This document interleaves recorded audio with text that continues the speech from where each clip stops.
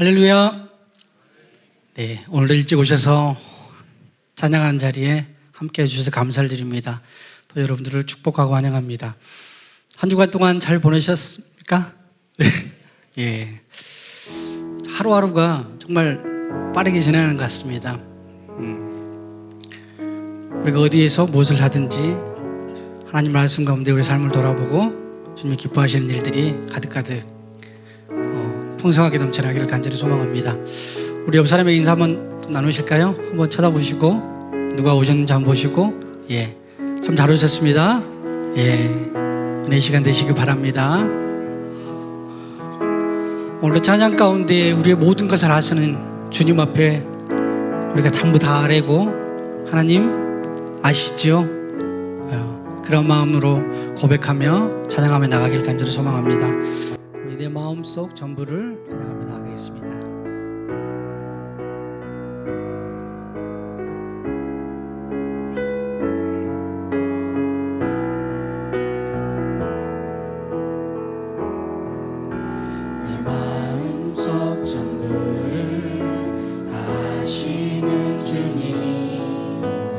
당신께 숨길 것 하나 없네. 주 보좌 앞에 나아가 다 아뢰니 모든 근심과 슬픔 사랑. 다시 한번 할까요? 내 마음속 전부를 아시는 주님, 내 마음속 전부를 다 아시는 주님, 나 당신께 숨길 것 하나 없네. 주 보좌 앞에 나아가 다 아뢰니 모든 근심과 슬픔 사라지네. 주 내 마음에 늘 계시고 내 맘에 늘 계시고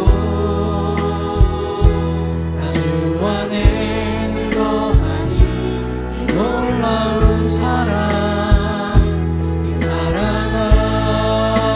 앞에 나 나아가 목소리 높여 찬양. 한 번 더 주 내 마음에 늘 계시고 내 맘에 늘 계시고 나 주 안에 늘 거하니 이 놀라운 사랑, 사랑 앞에 나 나아가 목소리 높여 찬양 드리네. 내가 어디에 있든 주와 함께 하시니 어디 있든 주 함께 하시니 내가 서 있는 이곳 바로 천국. 주 보좌 앞에 나아가 나서라니 주의 은혜와 사랑 넘쳐나네. 주 내 마음에 늘 계시고 내 맘에 늘 계시고 나 주 안에 늘 거하니 이 놀라운 사랑, 사랑 앞에 나 나아가 목소리 높여 찬양. 한 번 더 하실까요? 주 내 마음에 늘 계시고 내 맘에 늘 계시고 나 주 안에 늘 거하니 이 놀라운 사랑, 이 사랑 앞에 나 나아가 목소리 높여 찬양. 다시 한번 고백하면서 주 내 마음에 늘 계시고 주의 맘에 늘 계시고 주 안에 늘 거하니 놀라운 사랑, 사랑 앞에 나 나아가 목소리 높여 찬양. 우리 처음부터 다시 한번 고백할까요? 내 마음속 전부를 아시는 주님, 내 마음속 전부를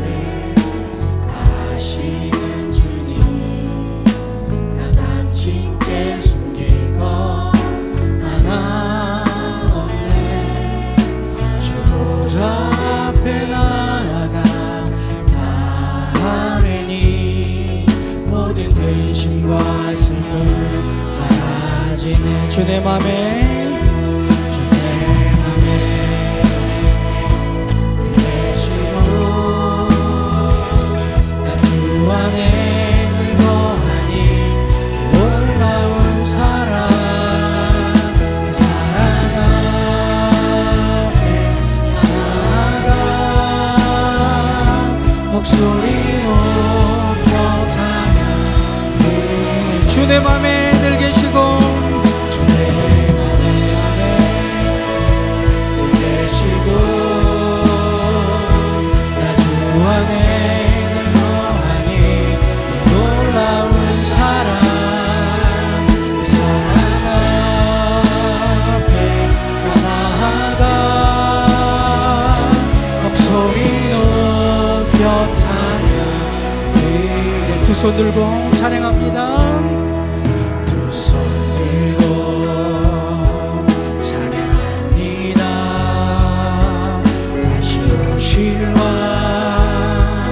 여호와께 오직 주만이 나를 다스리네. 나 주님만을 섬기리 나 주님만을 섬기리 헛된 마음 버리고 성령이 연애 영혼 충만하게 하소서. 주님 앞에 내 생명 드리리. 한 번 더 나 주님만을 섬기리 나 주님만을 섬기리 헛된 마음 버리고 성령이 연애 영혼 성령이 연애 영혼 충만하게 하소서. 충만하게 하소서. 주님 앞에 내 생명 드리리라. 아멘. 할렐루야. 우리의 모든 것 아시는 주님 앞에 우리 헛된 마음 버리고 온전히 주님만 찬양하며 예배하며 나가길 간절히 소망합니다. 우리 사도신경으로 신앙 고백하시면서 예배 자리로 나가겠습니다. 나는 전능하신 아버지 하나님 천지의 창조주를 믿습니다. 나는 그의 유일하신 아들 우리 주 예수 그리스도를 믿습니다. 그는 성령으로 잉태되어 동정녀 마리아에게서 나시고 본디오 빌라도에게 권을 받아 십자가에 못 박혀 죽으시고 장사된 지 사흘 만에 죽은 자 가운데서 다시 살아나셨으며 하늘에 오르시어 전능하신 아버지 하나님 우편에 앉아 계시다가 거기로부터 살아있는 자와 죽은 자를 심판하러 오십니다.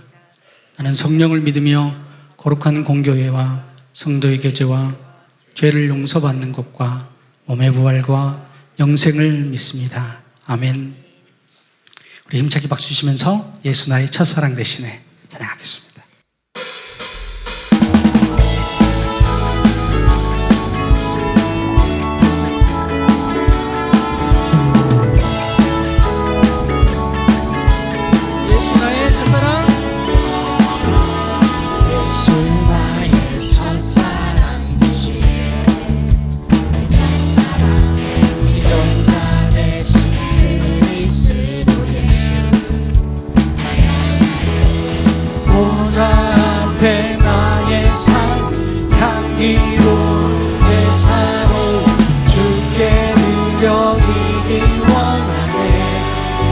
오직 주만 바라보며 오직 주만 바라보며 나의 삶을 드리네. 다른 길은 찾지 않으니 나의 온전한 열정과 나의 찬양 되시네. 주의 길을 따라가리. 한 번 더 오직 주만 바라보며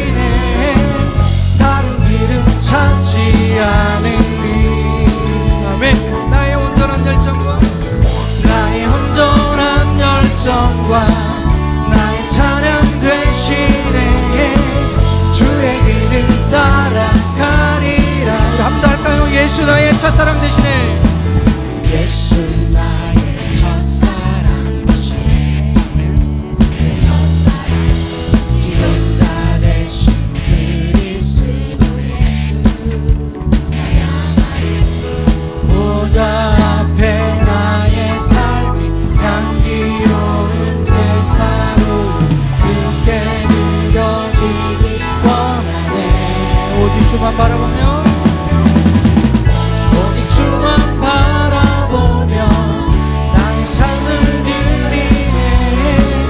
다른 길은 찾지 않으니 나의 온전한 열정과 나의 온전한 열정과 나의 찬양 되시네.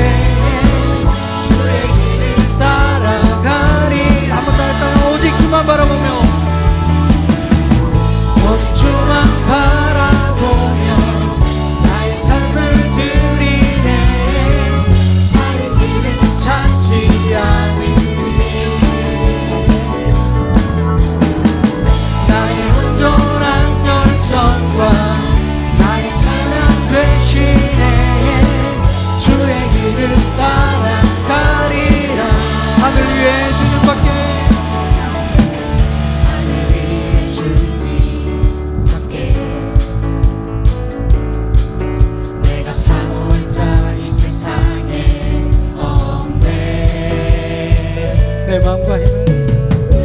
내 맘과 힘을 믿을 수 없네. 오직 한 가지 그 진리를 믿네. 주는 나의 힘이요. 주는 나의 힘이요. 주는 나의 힘이요. 영원히 주를 의지하니. 주는 나의 주는 나의 힘이요. 주는 나의 힘이요. 영원히 주를 의지하리. 영원히. 한번 할까요? 처음부터 하늘 위에 주님밖에. 하늘 위에 주님밖에 내가 사모할 자 이 세상에 없네. 내 맘과 힘을 믿을 수 없네. 오직 그 가지 그 진리를 믿네. 주는 나의 힘이요. 주는 나의 힘이요. 주는 나의 힘이요. 영원히 주를 의지하리. 주는 나의 힘이요. 주는 나의 힘이요. 주는 나의 힘이요. 영원히 주를. 한 번 더 할까요? 주는 나의 힘이요. 주는 나의 힘이요. 주는 나의 힘이요. 주는 나의 힘이요. 영원히 주를 의지하. 주는 나의 힘이요. 주는 나의 힘이요. 주는 나의 힘이요. 영원히. 한 번 더 고백합니다. 두 손 높이 들고 주는 나의 힘이요. 아멘. 주는 나의 힘이요. 주는 나의 힘이요. 영원히 주를 의지하네. 주는 나의 힘이요. 주는 나의 힘이요. 주는 나의 힘이요. 영원히 주를. 마지막으로 한 번 더 볼까요? 주는 나의 힘이요. 주는 나의 힘이요. 주는 나의 힘이요. 영원히 주를 의지하리. 주는 나의 힘이요. 주는 나의 힘이요. 주는 나의 힘이요. 영원히 주를 의지하리. 영원히.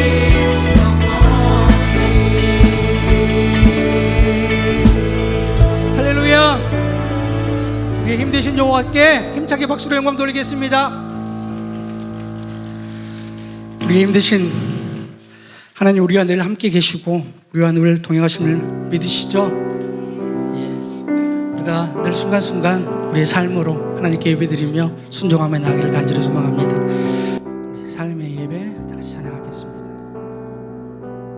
보여지는 예배하니 마음으로 드리는 예배 노래하는 찬양보다 삶으로 고백되는 예배 나를 위한 예배하니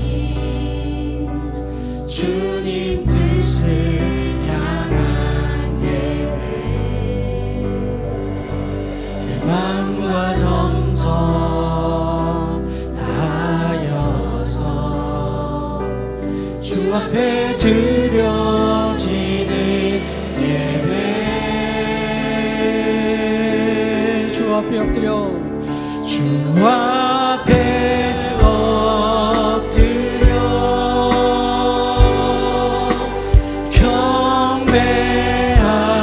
경배합니다. 온전한 예배 내 맘의 예배 내 모든 것 받기 합당하신 분 주 앞에 엎드려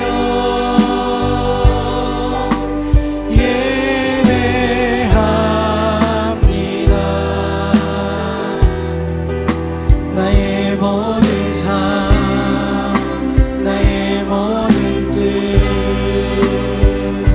말씀 앞에 순종하는 삶의 주 앞에 엎드려 주 앞에 엎드려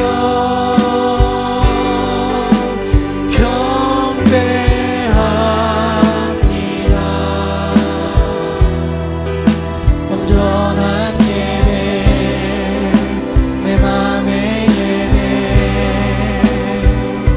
내 모든 것 삼기 합당하신 주 앞에 엎드려 주 앞에 엎드려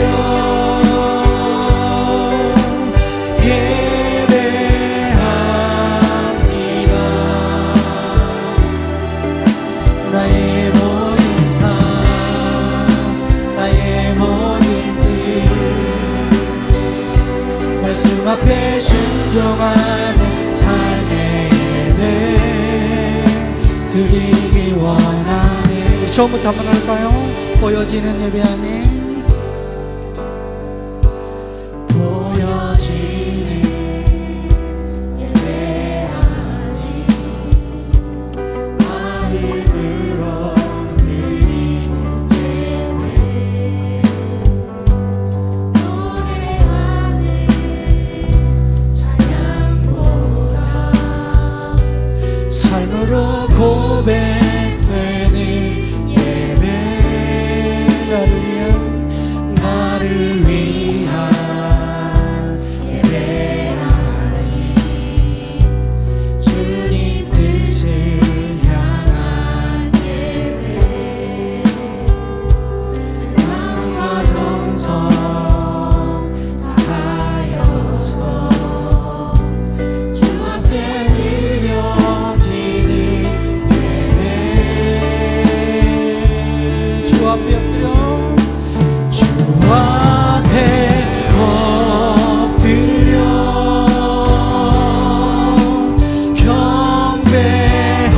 경배합니다. 온전한 예배 온전한 예배 내 맘의 예배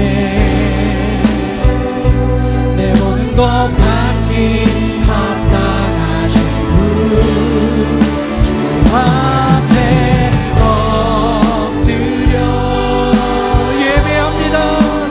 예배합니다. 나의 모든 삶 나의 모든 뜻 말씀 앞에 순종하는 삶의 예배 높여서 주 앞에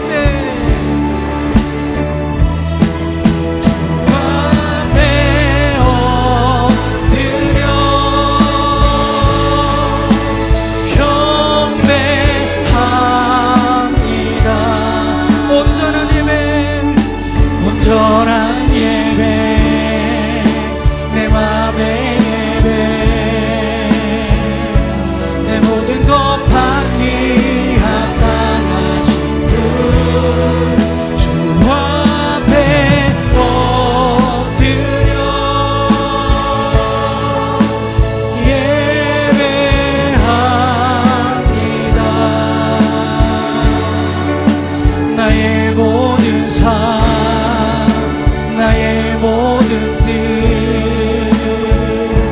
말씀 앞에 순종한 우리 두 손 높이 들고 다시 한번 고백하며 주 앞에 엎드려 주 앞에 엎드려 경배합니다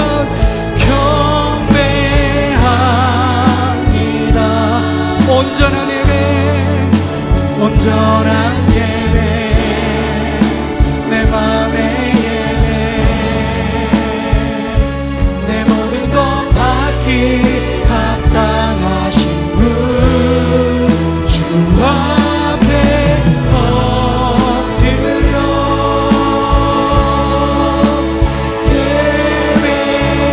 예배합니다 나의 모든 삶 나의 모든 뜻 말씀 앞에 순종하는 삶의 예배 드리기 원하네.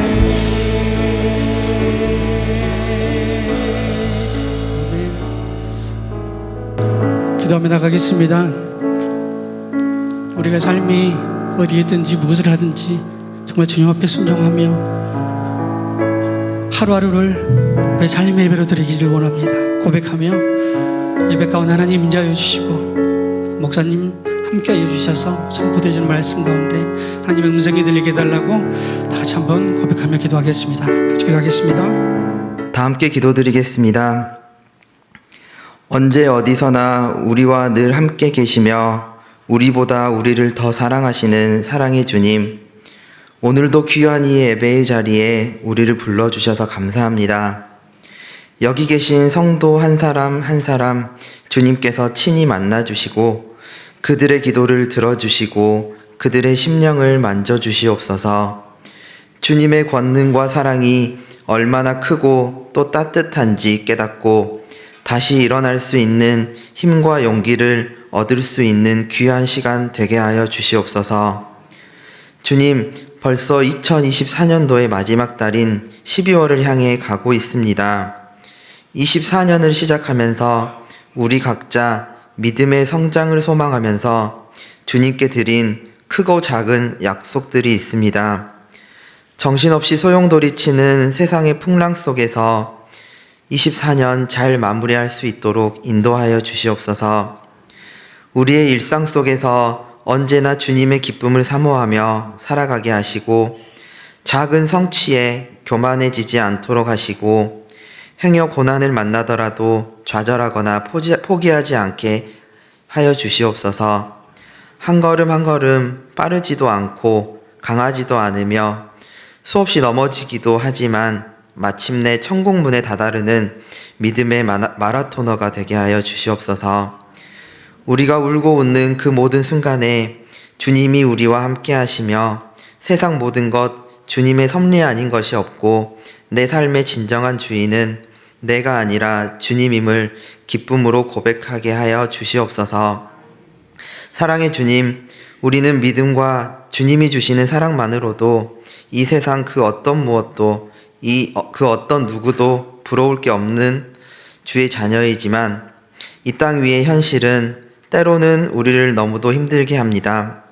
주님의 자녀들이 이 땅에서 살면서 너무 큰 고난을 당하지 않게 보살펴 주시고 고난을 당하거든 고난에 무릎 꿇지 않고 그 고난 속에 담긴 주님의 뜻을 헤아려서 거뜬히 고난을 이겨내고 고난이 오히려 주님의 축복이었음을 찬양하게 하옵소서. 기도가 드러나는 모든 순간에 우리 순천 동북교회 성도들이 기도의 용사가 되게 하시고 주님 나라 이루기 위한 소망을 바라보며 우리 동북교회 담임 목사님과 모든 성도들이 믿음의 동역자가 되어 한 마음으로 기도하는 아름다운 교회가 되게 하여 주시옵소서. 기도하는 교회와 성도들의 머리 위에 주님의 크신 은혜를 부어주사 감사와 찬양과 능력이 넘치는 복된 교회, 믿음과 사랑과 기쁨이 충만한 교회 성도들 되게 하여 주시옵소서. 우리를 구원하시고 우리를 사랑하시는 주 예수 그리스도 이름으로 기도드립니다. 교회 소식입니다. 주보를 참조하시기 바랍니다. 목회 일정을 보시면서 계속해서 기도해 주시기 바랍니다. 이번 주 수요 기도회에는 탄자니아에서 선교하시는 신경규 선교사님, 우리 교회가 돕고 있는 선교사님이신데 선교 보고하는 시간을 갖도록 하겠습니다. 바나바 교육이 오늘 그리고 다음 주 찬양 예배 시간에 2주간 있겠습니다. 대상은 전교인인데 목장 사역자들, 마을장, 부마을장, 목자들, 그리고 항존 직분자들, 교사들은 꼭 참석해 주시기를 바랍니다. 주일 봉사자 기도회 토요일 새벽에 있습니다. 오늘 정기당회, 다음 주 정책당회가 이어집니다. 정기총회들이 있습니다. 시간과 장소를 보시고 참여해 주시기 바랍니다. 새가족 수료식이 2부 예배 후에 다목적실에서 있겠습니다. 수요 기도회 선교 보고 후에 성탄트리 점등식을 갖도록 하겠습니다. 다음 주 12월 1일이 대림절 시작이기 때문에 성탄불을 밝히고 진행하도록 하겠습니다. 앞마당에서 진행하겠습니다. 새가족 환영의 밤 29일 금요일에 있겠습니다. 성탄 축하 발표회가 12월 22일에 있는데 교육부 외에 참여하기를 원하시는 분들은 사무실로 신청해 주시기 바랍니다. 하반기 회계감사 실시합니다. 12월 14일 토요일에 있습니다. 해당 부서들은 받아주시기 바랍니다. 총회를 마치면 신임 임원들 명단을 사무실로 제출해 주시기 바랍니다. 12월 외부 안내 목장들 잘 섬겨주시고요. 설거지 봉사기관 여준도에 되겠습니다. 단기 선교를 위한 수익 사업은 오늘도 계속됩니다. 많이 이용해 주시기 바랍니다. 주중에 어린이집 활동이 있고요. 동버린이집 원화를 모집하고 있습니다. 필리핀 예꾼교회 물품 오늘까지 수고해서 보내도록 하겠습니다. 감사드립니다. 큐티인 정기 구독하신 신청자들은 오늘까지 구독료를 선납을 해주시면 고맙겠습니다. 오늘 점심 식사는 박병국 안수집사님, 장혜성 권사님 가정에서 제공하신다고 합니다. 감사드립니다. 결혼하는 가정이 있습니다. 김복금 집사님 아들 대충명 군이 신부 김지영 양과 30일 토요일 오전 10시 30분 안무로 웨딩 컨벤션에서 예식이 있겠습니다. 많이 축하해 주시고요. 우리 강나래 성도님이 애터미 팔마센터 장소를 옮겨서 새롭게 시작합니다. 많이 축하해 주시기 바랍니다.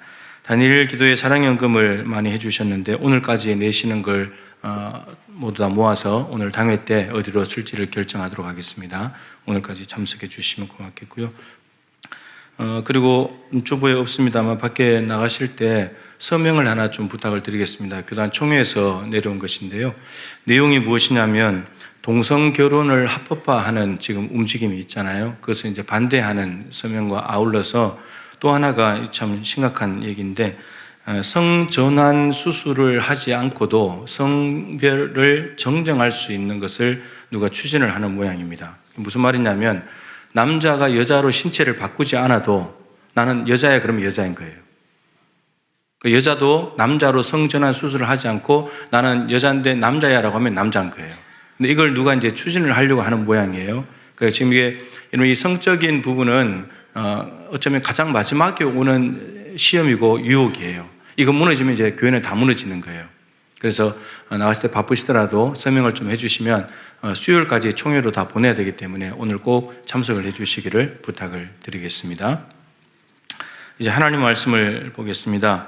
하나님 말씀은 에베소서 5장 31절부터 33절까지 말씀입니다.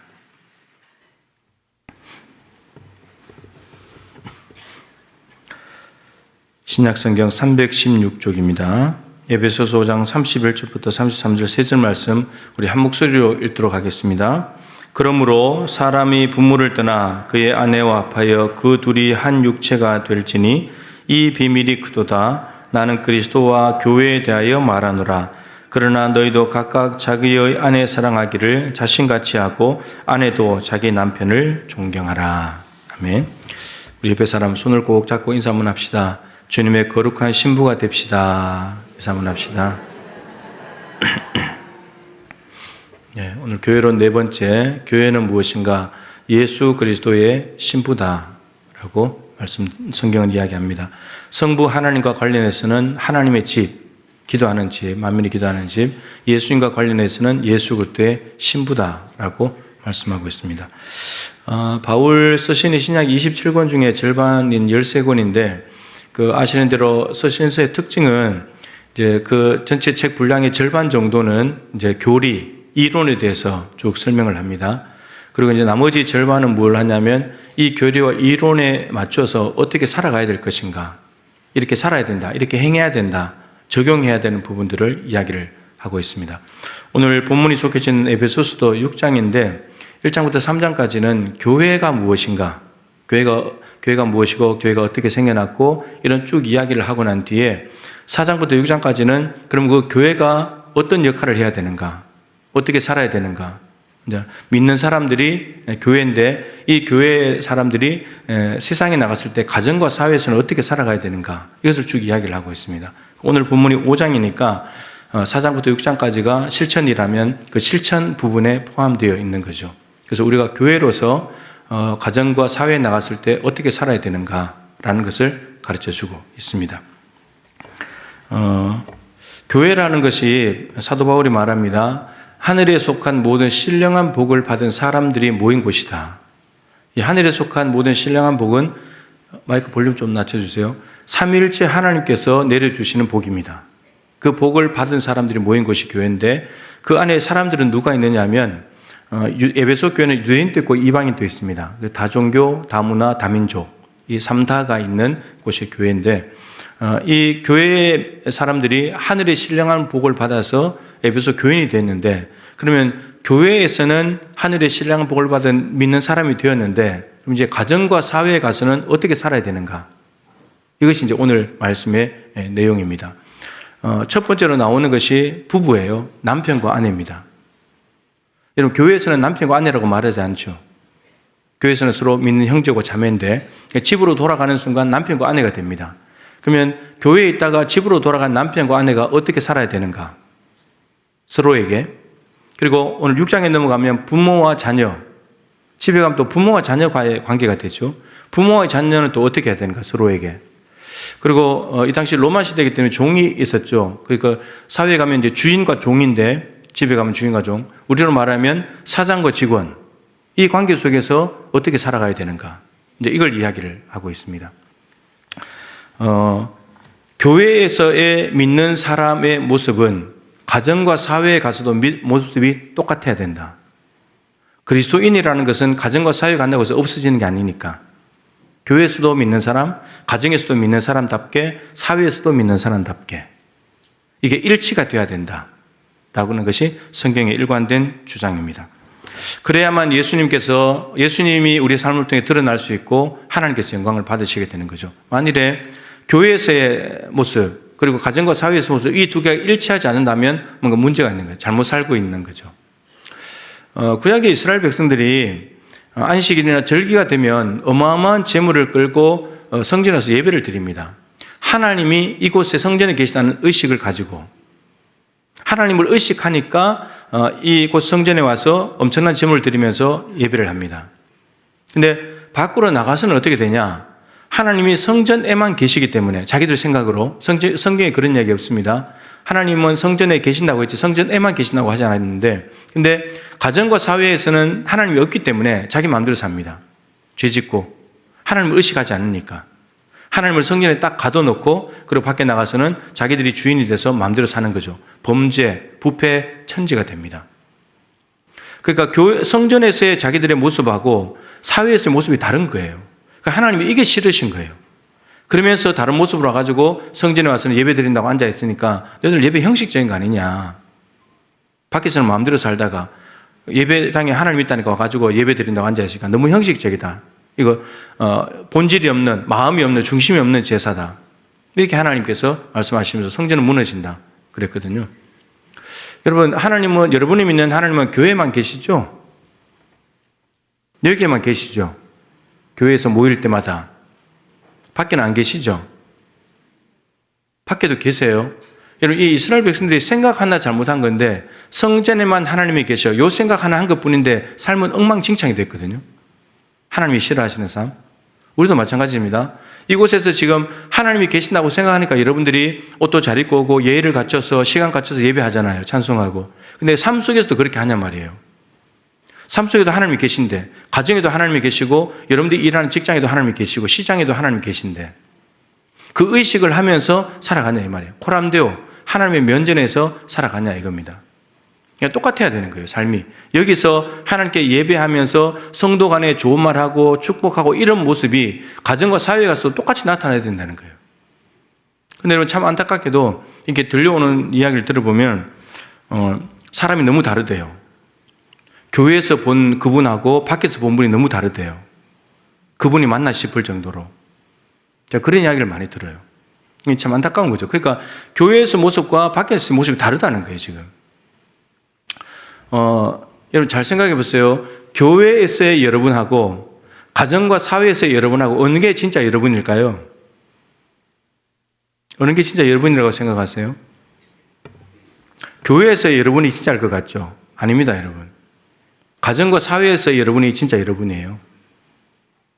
그게 진짜 여러분이라고. 스스로 속는 거예요. 나 주일날 예배 왔어. 봉사도 해. 헌금도 해. 열심히 기도도 하고 찬송도 해. 나 괜찮은 사람이야. 이렇게 생각하거든요. 근데 사회에 가서 그렇게 안 살거든요. 그게 진짜 우린 거예요. 그게 진짜 난 거예요.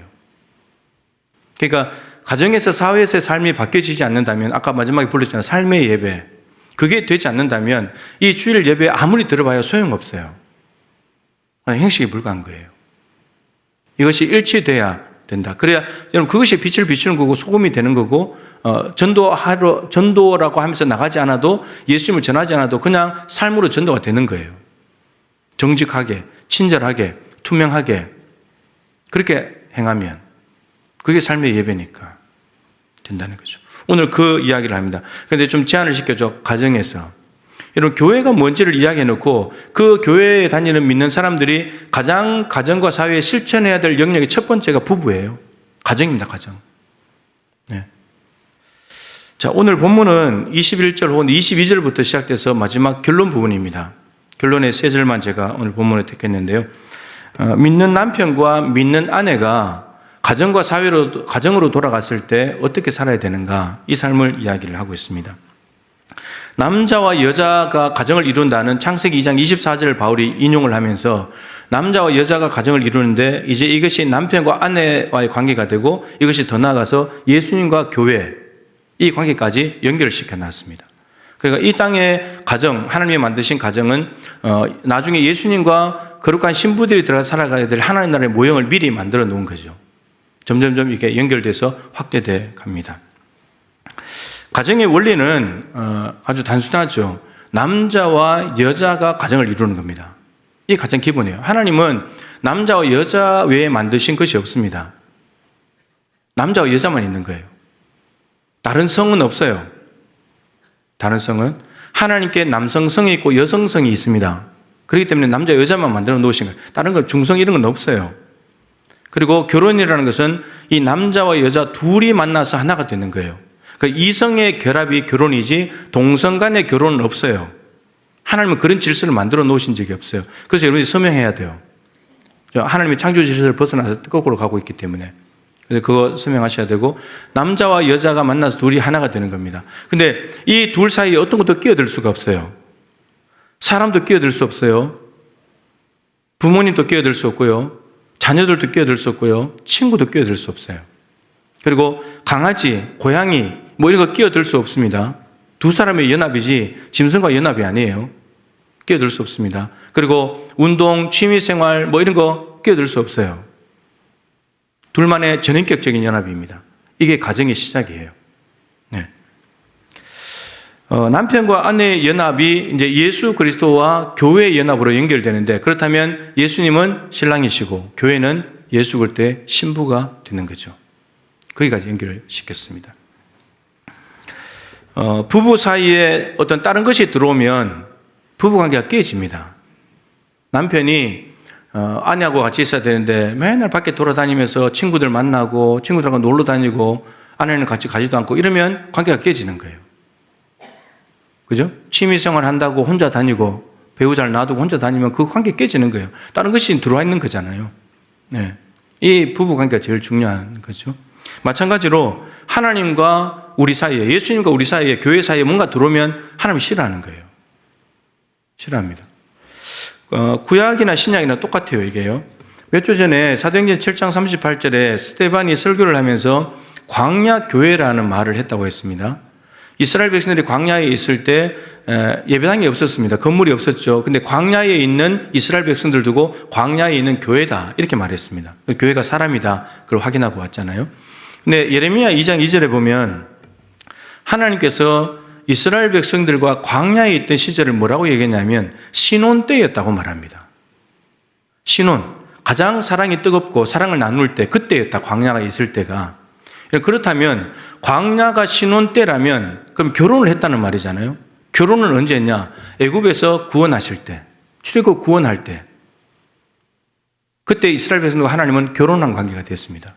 그리고 광야에서 신혼 시절을 보내고 예레미야가 선포할 때는 가나안 땅이네. 가나안 땅까지 결혼 생활이 이어지고 있는 거죠. 근데 이스라엘 백성들이 자꾸 하나님을 놔두고 다른 데 기웃거립니다. 우상을 자꾸 쫓아다녀요.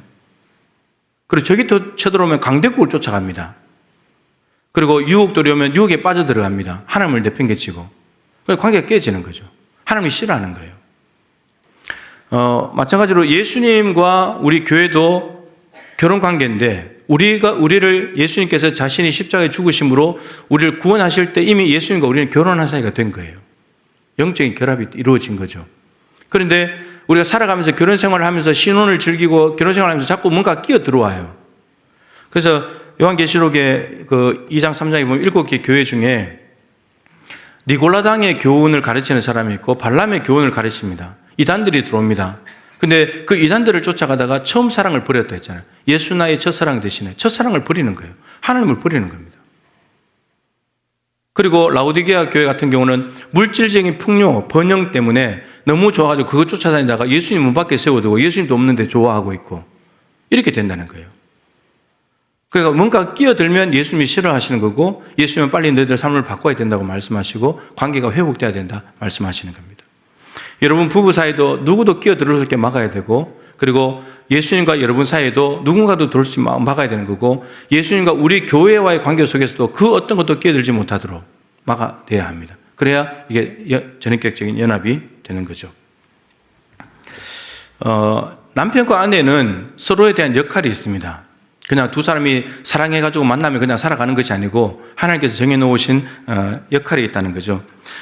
성경은 동일하게 말합니다. 남편은 아내를 사랑해라. 그리고 아내는 남편에게 순종해라. 이게 골로새서 3장에도 나오고 베드로도 베드로전서 3장 1절부터 7절에 동일하게 말합니다. 남편은 아내를 사랑하고 아내는 남편에게 순종해야 된다. 근데 오늘 이 편지를 받는 사람 에베소 교회 안에 있는 사람들이에요. 그러니까 믿는 남편에게 하는 말입니다. 너 집에 돌아가서 네 아내를 사랑해라. 네 아내가 믿든지 안 믿든지. 아내에게 말하는 겁니다. 믿는 아내에게, 여러분들 중에 여자분들이 말하는 거예요. 집에 돌아가서 네 남편이 믿든지 안 믿든지 순종해야 된다. 이렇게 말하는 겁니다. 믿는 남편과 아내만 살지 않잖아요. 안 믿는 사람이 있잖아요. 그럴 경우에 그 배우자에게 해야 될 태도 동일하게 적용됩니다. 안 믿는다고 사랑할 필요가 없고 안 믿는다고 순종 안 해야 되는 그런 관계가 아니라는 거죠.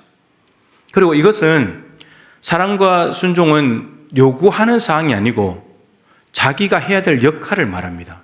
오늘 설교가 끝나고 돌아가면 이렇게 말할 사람이 있을 수도 있습니다. 아니면 돌아가면서 남편이 자기 아내한테 오늘 말씀 들었지? 나한테 순종해?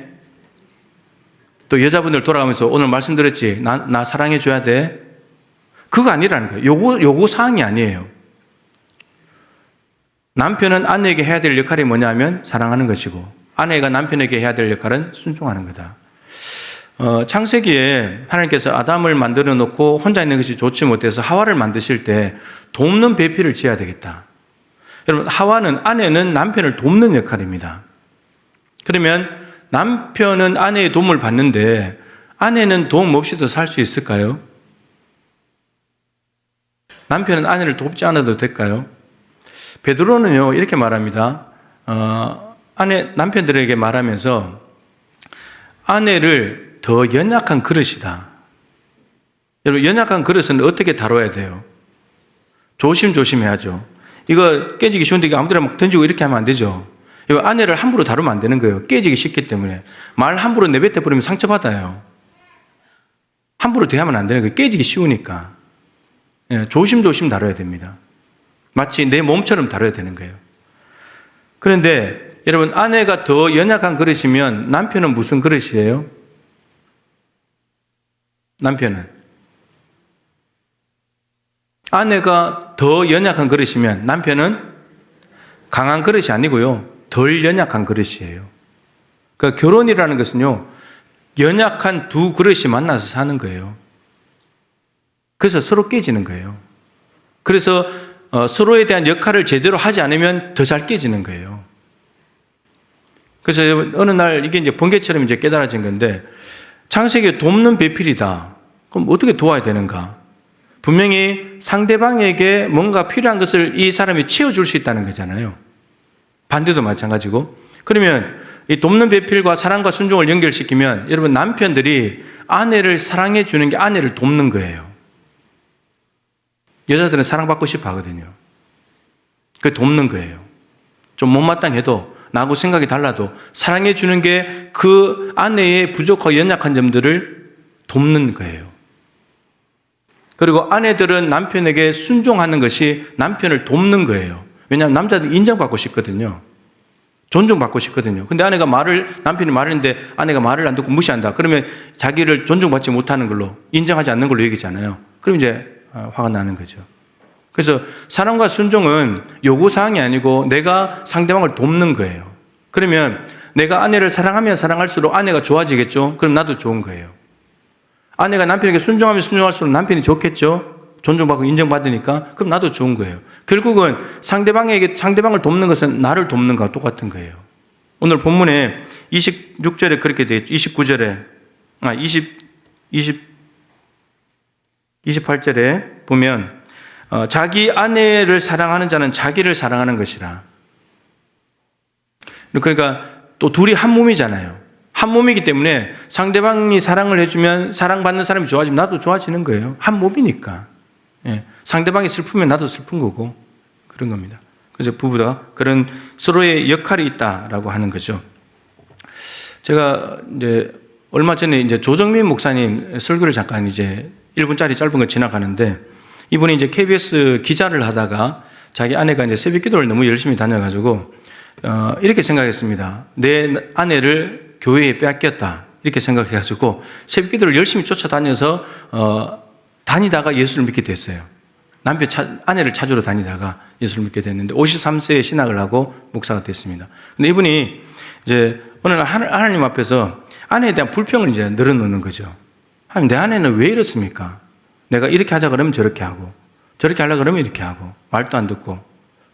그렇게 이제 하나님께 하소연을 했더니 하나님께서 이렇게 말씀하십니다. 그러게 내가 만들 때는 안 그랬는데, 내가 만들 때는 분명히 안 그랬는데 널 만나서 그렇다고. 그러니까 이런 겁니다. 조정민 목사님 깨달은 것은 하나님이 만드신 것은 그대로 존중하고 사랑하면 되는데 내가 자꾸 바꾸려고 하거든요. 자기가 손대는 순간 아내가 달라진다는 거예요. 하나님이 만들어 놓으신 대로 그냥 사랑하면 사실은 부족하고 연약한 거, 그것도 상대방의 일부이기 때문에 그 사람 거니까 받아들인 거 아니에요. 그래서 결혼한 거잖아요. 근데 우린 자꾸 결혼해가지고 바꾸려고 한다는 거예요. 순종을 요구하고 사랑을 요구하면 자꾸 상대방을 바꾸는 거예요.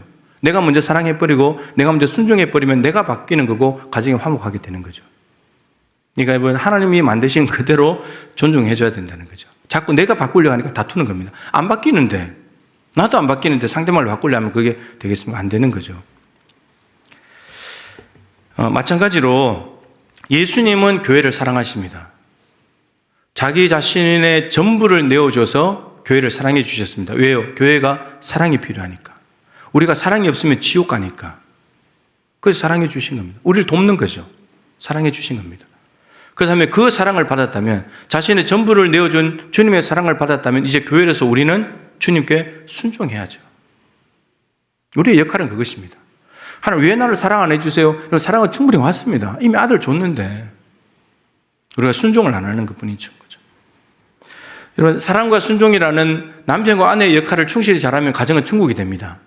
마찬가지로 예수님께서 이미 우리를 사랑하셨기 때문에 교회인 우리가 주님께 순종하기만 하면 교회는 천국이 되는 것이고 우리는 거룩한 신부가 되어가는 거죠.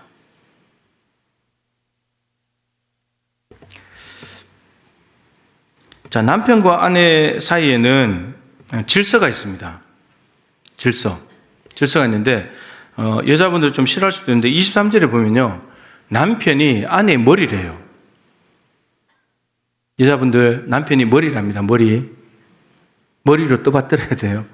자, 근데 이제 이 의미를, 남편이 머리니까 여자보고 너는 내 밑에야, 어떤 수직적인 개념으로 위아래 개념으로 보고 막 이렇게 나는 너보다 나아 뭐 그러면서 지배하려고 하고 군림하려고 하고 명령하고 다스리려고 하면 이거 안 된다는 거예요. 그런 의미가 아닌 겁니다. 여러분 그렇게 의미를 받아들이니까 폭언을 하는 거예요. 폭행을 하고 자기도 잘 못 살면서 폭언을 하고 폭행을 하고 여러분 주변에서 이런 소리 들어요. 내가 저 사람하고 사는 속을 어찌 알겠나고. 내 속을 어떻게 알겠나고, 다른 사람이. 예전에 지나가면서 보니까, 지금 당신하고 같이 사는 배우자를 뭐라고 합니까? 그랬더니 이제 뭐 남편이라고 하고, 아내라고도 하고, 어떤 사람은 원수라고도 하고, 근데 어떤 사람은 화상이래. 아, 이 화상아. 이렇게 이제 부르는 거죠. 얼마나 속을 상하게 했으면, 얼마나 마음을 아프게 했으면. 근데 그런 말을 또 할 수 있습니까? 하면 또 욕먹을 텐데, 그냥 못하고 끙끙 앓으며 살아가는 거예요. 이게 여러분, 머리를 지배하는 걸로 착각하기 때문이에요. 지배가 아닙니다. 여러분, 머리가 움직여야 몸이 움직이죠. 그죠? 머리가 먼저 움직여야 몸이 움직이잖아요. 머리는 먼저 하는 거예요. 앞서서 하는 거예요. 모범을 보이는 겁니다. 예수님께서 교회의 머리시죠. 머리라고 교회를 마음대로 지배하십니까? 군림하십니까? 그러지 않아요. 자신을 다 내어줬어요. 자기 전부를 다 내어줬어요. 그리고 하나님은 사랑이시죠. 사랑이신데 사랑은 하나님께로부터 나옵니다. 우리에게는 사랑이 없어요. 따라서 하나님으로부터 사랑이 내려왔을 때 교회가 생겨나는 겁니다. 사랑을 받은 교회가. 그러니까 하나님의 사랑이 없는 교회는 있을 수가 없어요. 하나님의 사랑이 있는 곳에만 교회가 세워질 수 있습니다. 그 사랑을 받은 사람들이 세워가는 거죠. 그러니까 주님께서 먼저 사랑해 주셨다는 겁니다. 우리가 주님을 먼저 사랑할 수가 없어요. 사랑이 없으니까 우리는. 순종할 수도 없어요. 받은 사랑이 없으니까 사랑을 받아야 순종하게 되니까. 주님이 먼저예요. 머리 대신 예수님이 먼저 사랑하셨어요. 오늘 본문 29절에 보면 양육하고 보호한다고. 교회를 양육시키고 먹이고 돌보아주고 적이 오면 방어해주고 그러면서 교회를 사랑하시고 양육하고 보호하신다는 겁니다. 주님이 이걸 먼저 하시는 거예요. 그리고 요한복음 13장 1절에는 예수님께서 아버지께로 돌아갈 때가 이른 줄 아시고 자기 사람들을 사랑하실 때 끝까지 사랑하시니라.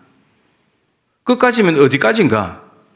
근데 그 13장 안에는 뭐가 있냐? 제자들이 발을 씻기는 게 있어요. 세족식입니다. 예수님께서 주와 선생이 되어서 너희들에게 모범을 보였다. 여러분, 이것은 발을 씻기는 것은 종이 할 일이고 제자가 할 일이지 주인이시고 스승이 할 일이 아니에요. 그런데 역할을 바꾼 겁니다. 예수님이 주로서 먼저 하시는 거예요. 여러분, 머리 대신 주인은 먼저 보이시는 거예요. 선생님은 제자에게 말로만 명령하는 사람이 아니라 먼저 보여주는 사람이에요. 그걸 보고 제자들이 그 다음 또 발을 씻기고 하게 되는 거죠. 그리고 함께 마지막 만찬을 나누었어요. 그러면서 자기를 팔자 가룟 유다에게 회개할 기회를 주셨죠. 그 배반할 걸 뻔히 아시는데, 팔아먹을 걸 아시는데 회개할 기회를 줍니다. 그런데 가룟 유다는 나가버렸고 예수님 잡히자마자 제자는 다 부인하고 다 도망갔습니다. 근데 예수님께서 끝까지 사랑하신다. 어디까지? 갈릴리 바다에 돌아가서 고기 잡고 있는 제자들에게 또 먼저 찾아갔어요. 원래 먼저 찾아가셔서 제자들을 불렀잖아요. 나를 따르라. 근데 예수님 따라다니다가 예수님 잡히고 고난을 당하니까 다 도망가가지고 원래 자리로 돌아가 버렸어요. 근데 예수님은 이 제자들은 제자 안 되겠구나. 저 돌아가는 거니까 다른 사람 뽑아야지. 그렇게 하신 것이 아니고 여전히 그 제자에게 다시 돌아가서 너 다시 나를 따라오너라. 네가 나를 사랑하느냐? 그럼 내 양을 먹여라. 용서하시면서 끝까지 하나님께서 한번 붙잡으신 이 제자들을 끝까지 책임지시는, 용서하시고 그렇게까지 사랑하시는 분입니다. 다듬어서 정결하게 해서 쓰시는 거죠. 여러분, 이 사랑, 섬김과 희생과 용서를 받은 사람의 반응은 하나밖에 없죠. 예수님처럼 예수님께 순종하는 거예요. 그것밖에 없습니다. 부부는 하나니까 예수님을 닮아가는 거죠. 내가 너희를 사랑했으니 너도 서로 사랑하는 것이 마땅하니라. 이렇게 갈 수밖에 없는 거죠. 자, 중요한 것은 왜 이렇게 교회를 사랑하실까요? 배반할 것 뻔히 알고 오늘 예배당 문을 놨으면 또 죄질 것 뻔히 아는데 왜 이렇게까지 사랑하시는가? 지금까지도 사랑하셨고 앞으로 사랑하실 건데 왜 이렇게 사랑하시냔 말이에요. 오늘 본문에 그 이유가 있습니다. 아주 중요한 거죠. 26절, 27절인데요. 거룩하고 영광스러운 신부로 만들려고요. 예수님이 거룩하신 분이잖아요. 영광 가운데 계신 분이잖아요. 이분과 연관을 맺은 사람들은 예수님의 신부인데 가장 거룩하고 영광스럽고 티나 흠이나 주름 잡힌 것이 없는 너무나 아름답고 멋지고 근사한 신부 만드시려고요.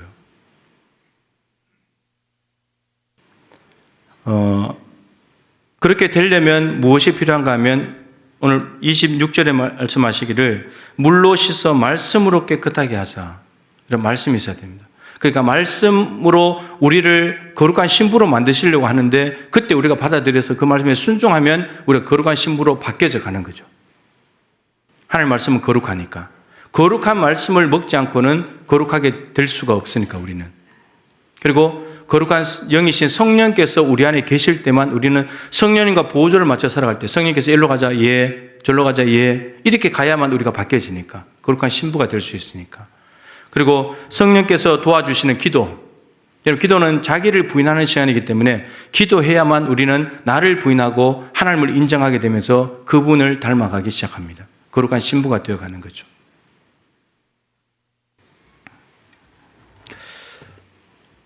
거룩하신 주님은 교회의 진심입니다. 자신의 전부를 주셨고 살과 피를 다 내어주셨고 생명을 주셨고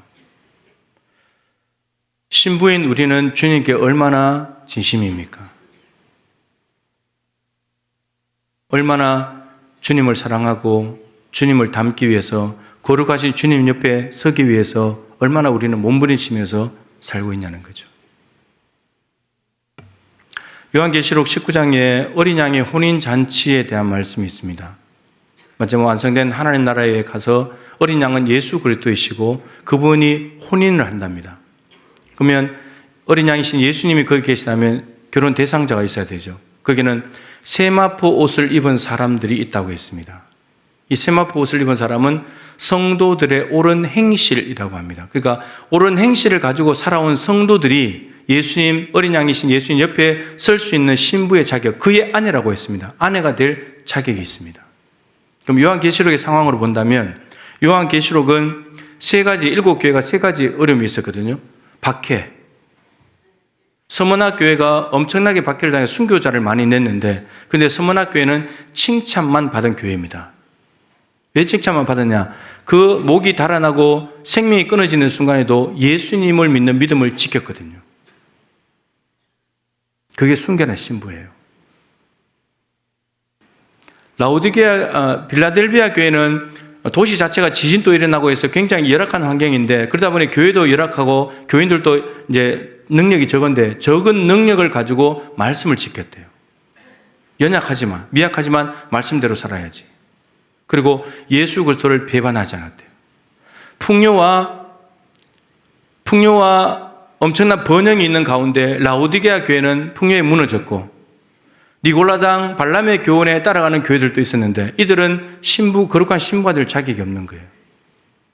서머나 교회, 라오디게아 교회와 같이 믿음의 정절을 지킨 사람들, 목이 달아나도 예수님을 놓지 않는 사람들, 적은 능력이지만 말씀대로 살려고 몸부림치는 사람들, 아무리 목에 칼이 들어도 예수를 배반하지 않는 그 사람들만이 주님께서 자기 옆에 거룩한 신부로 그의 아내로 세워주신다라고 하는 겁니다. 여러분, 예수님께서 십자가를 앞에 두시고 도망가지 않으셨잖아요. 타협하지 않았잖아요. 그냥 자신을 다 내어줬잖아요. 동일하게 예수 그리스도를 닮은 신부를 찾으시는 거예요. 만들어 가시는 거예요. 그래서 우리가 말씀과 성령과 기도가 없이는 절대로 우리는 다듬어질 수 없고 신부가 될 수 없습니다. 성화가 될 수 없어요. 점점점 성화가 되어 가야 정말 아름다운 신부로 주님 옆에 설 수 있게 되는 거죠. 하나님께서는 지금까지 여러분들을 사랑하셨고 동부교회를 사랑하셨습니다. 앞으로도 사랑하실 건데, 그럼 우리는 앞으로 해야 될 일은 날마다 주님의 신부다운 삶으로 살아내야 되고 신부가 되어 가야 되는 거죠.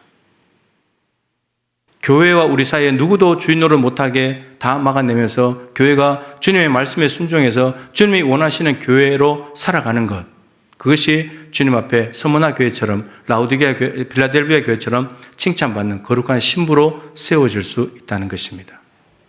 여러분, 주님의 사랑은 계속됩니다. 그 사랑을 받으면서 그 사랑에 감격해서 기쁨으로, 자발적으로 온전하게 기쁨으로 즉시 순종하여서 거룩한 신부로 세워질 수 있기를 축복합니다. 우리 찬양하고 기도하도록 하겠습니다.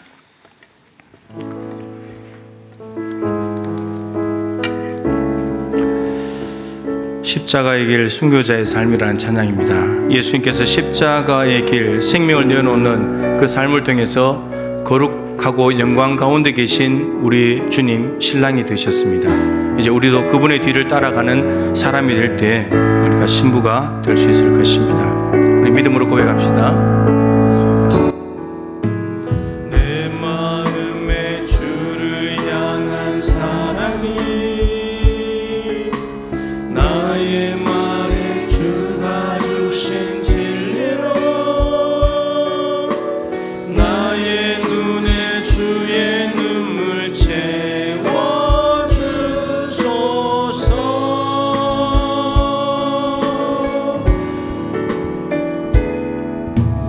내 입술에 찬양의 향기가 두 손에는 주를 닮은 섬김이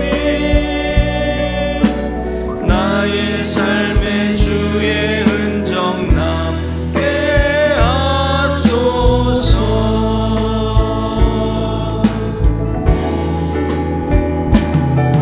하나님의 사랑이 영원히 함께하리.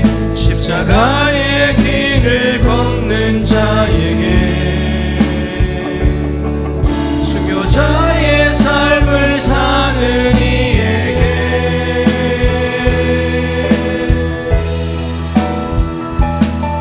조롱하는 소리와 세상 유혹 속에도 주의 순결한 신부가 되리라. 내 생명 주님께 하나님의 사랑이 영원히 우리와 함께 하실 것입니다. 하나님의 사랑이 영원히 함께하리. 십자가의 길을 걷는 자에게 순교자의 삶을 사는 이에게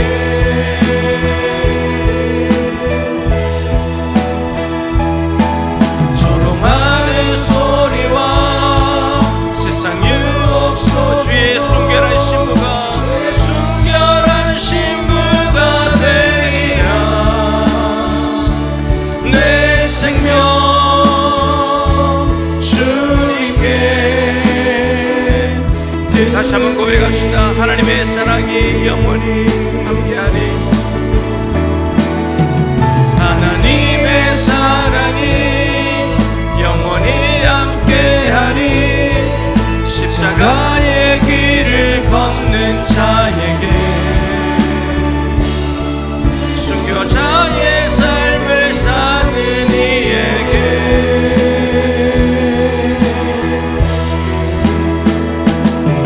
조롱하는 소리와 세상 유혹 주의 순결한 신부가 되겠습니다.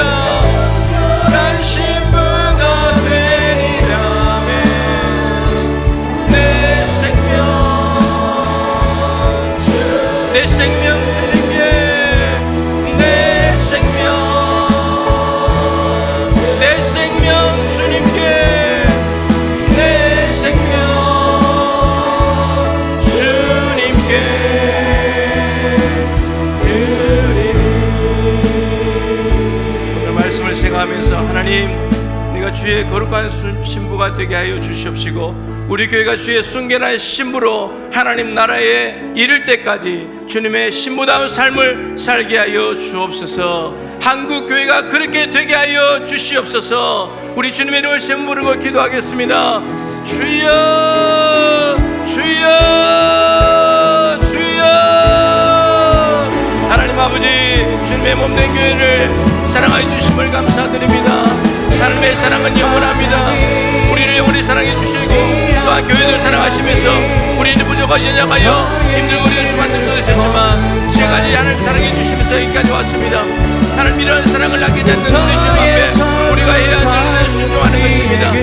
주님의 사랑에 빚진 자로서 순종하며 살아갈 때 하나님 교회가 천국이 되고 우리가 주의 거룩한 신부가 되고 교회가 주님의 신부로 지나는 시간이 될 것입니다. 주님, 십자가의 길을 숨겨줄 삶 이것만이 우리가 걸어가야 될 길입니다. 이 외에 다른 길은 없습니다. 서머나 교회처럼 라우디게아 교회처럼 주님의 거룩한 신부로 세워질 수 있도록 도와주시고 혹시나 다른 교회들처럼 한번 여러분 부족한 점이 있다면 빨리 돌이키라고 말씀한 주님 앞에 돌이켜서 주님의 신부로 다듬어지고 빚어져서 주님 앞에 설 수 있기를 간절히 소망합니다. 우리의 연약함, 우리의 부족함과 우리의 죄성과 우리의 사랑과 분별을 용서해 주시고 우리의 주인님을 용서하시고 미혹 때문에 넘어가는 참된 진리를 알지 못하는 넘어가는 것을 용서하시고 과연 공경과 번영에 빠져서 예수 이름으로 사는 연약한 저희들을 불쌍히 여기십시오. 이제 우리가 믿음을 정리를 지키게 도와주시고 말씀 붙들고 살게 하시게 도와주시고 말씀을 먹게 해주시고 말씀을 누적하고 말씀을 축적하고 그 말씀의 능력으로 살아가는 강한 자가 되기를 원합니다. 마귀의 권세를 낭자 성령의 검을 찔러면하게 도와주십시오. 세상의 신비한 삶을 살기를 원합니다. 가정이 변화되게 하시고 사회가 변화되게 하시고 예수 믿는 사람들 더하여 가정이 새로운 천국이 되며 사회 가운데 여러분들이 바뀌고 세상이 변하게 일어나시도록 역사해 주시기 바랍니다.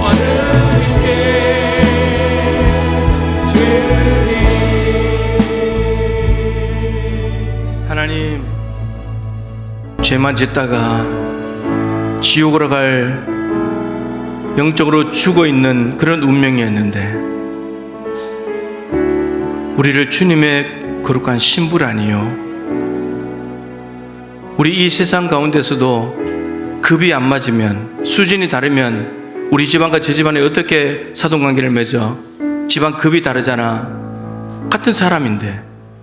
근데 주님은 하나님이시고 우리는 더럽고 추한 죄인인데 어찌 이렇게 짝을 맺으시는지요. 그러고도 또 배반하고 또 부인하고 또 내 욕심대로 살고 주님과 나 사이에 무엇인가 끼어드는 것을 스스로 무장해제하여 허용하고 어쩔 수 없었다고 핑계를 대면서 주님의 신부답지 못한 삶을 살아온 것이 사실입니다. 주님, 저희들을 불쌍히 여겨 주십시오. 오늘 하나님의 사랑은 영원히 우리와 함께 한다는 고백을 했습니다. 정말 그렇습니다. 하나님, 이제 우리가 해야 될 일은 십자가의 길 순교자의 삶밖에 없습니다. 생명을 내어주시는 주님의 사랑을 받은 우리가 무슨 딴 일을 할 수 있겠습니까? 십자가 지고 주님을 따라가고 비록 내 목숨을 잃는다 할지라도 주님을 부인하지 않으며 믿음을 지키고 믿음의 정절을 지키고 말씀 붙들고 예수를 배반하지 않고 살아가는 삶, 그것이 신부로서의 합당한 삶일 것입니다. 지금까지도 주님의 사랑은 계속되었고 앞으로도 계속될 것인데 주님, 그 계속되는 사랑 앞에 조금이라도 더 신부답게 빚어지게 하시고 다듬어질 수 있도록 도와주십시오. 서머나 교회와 라우디게아 교회를, 빌라델비아 교회를 빼고 나머지 5개 교회는 분명히 뭔가 문제가 있어서 주님의 책망을 받았습니다. 그래서 그 교회들도 하나님의 책망을 받고 회개하고 돌이키면 거룩한 신부로 만들어지게 될 것입니다. 주님, 우리 교회 안에 5개 교회처럼 버려야 될 것이 없습니까? 2개 교회처럼 따라가고 욕심내고 추구해야 될 것은 없습니까?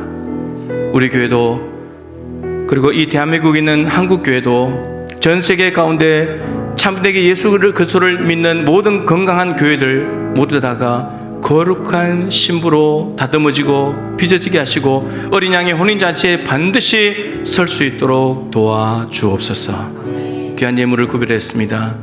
하나님 영광 받아주시며 12월 24일까지 2024년 회계년도 마칠 때까지 교회가 해야 될 일을 할 수 있도록 도와주시고 주님이 원하시는 일들을 감당해낼 수 있도록 부족하지 않도록 은혜 베풀어 주옵시며 성도들의 삶의 자리가 녹록지 않을 텐데 그럼에도 하나님이 주신 것이기에 하나님께 되돌려 드립니다.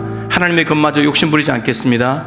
하나님께 올려드리고, 또한 삶의 자리는 하나님께 의탁합니다. 삶이 공공하지 않도록, 궁핍하지 않도록, 고난당하지 않도록 하나님께서 지켜주시고, 그리고 질병과 고난과 풍랑과 어려움이 온다 하더라도 그것을 어떻게 이해하고 해석해야 될지, 어떻게 바라보아야 될지, 어떻게 대처해야 될지 믿음의 눈으로 바라보고 믿음의 사람답게 대처하여서 그 고난을 뛰어넘기도 하고 돌파하기도 하고 이겨낼 수 있는 승리자들 다 되게 하여 주옵소서. 하나님, 2024년도 얼마 남지 않았습니다.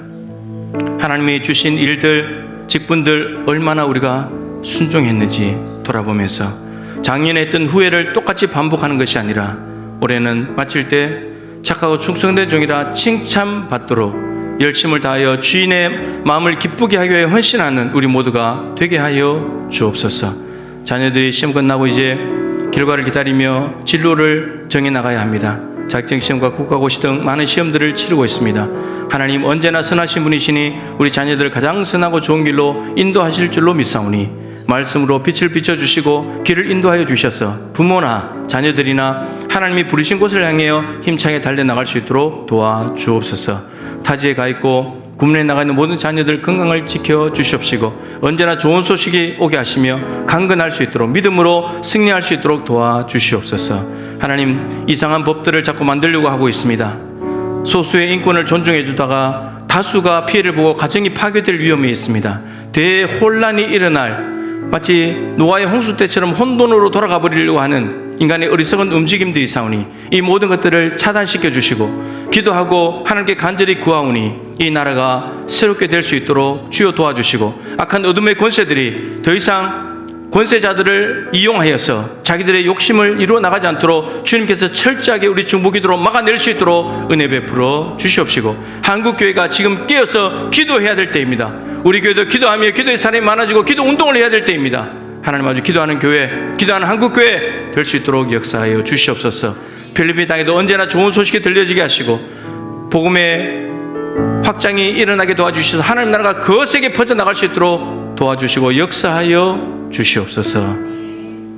지금은 교회의 머리이자 신부가 되신 주 예수 그리스도의 크신 은혜와 아들까지 주시면서 사랑해 주신 우리 하나님 아버지의 측량할 수 없는 사랑하심과 지금도 우리 안에 우리와 함께 늘 하시는 보혜사 성령님의 교통하심이며 충만하심이 그리스도의 신부로서 말씀과 성령과 기도 안에서 더 아름답고 멋지고 근사한 신부로 만들어져 어린 양의 혼인잔치에 반드시 들어가야 될 사랑하는 교우들 한 분 한 분 머리 위에 우리 동부교회와 한국교회와 십자가를 꽂고 예수 그리스도를 예배하는 모든 참된 교회들마다 항상 함께하여 주시기를 간절히 축원하옵나이다. 아멘.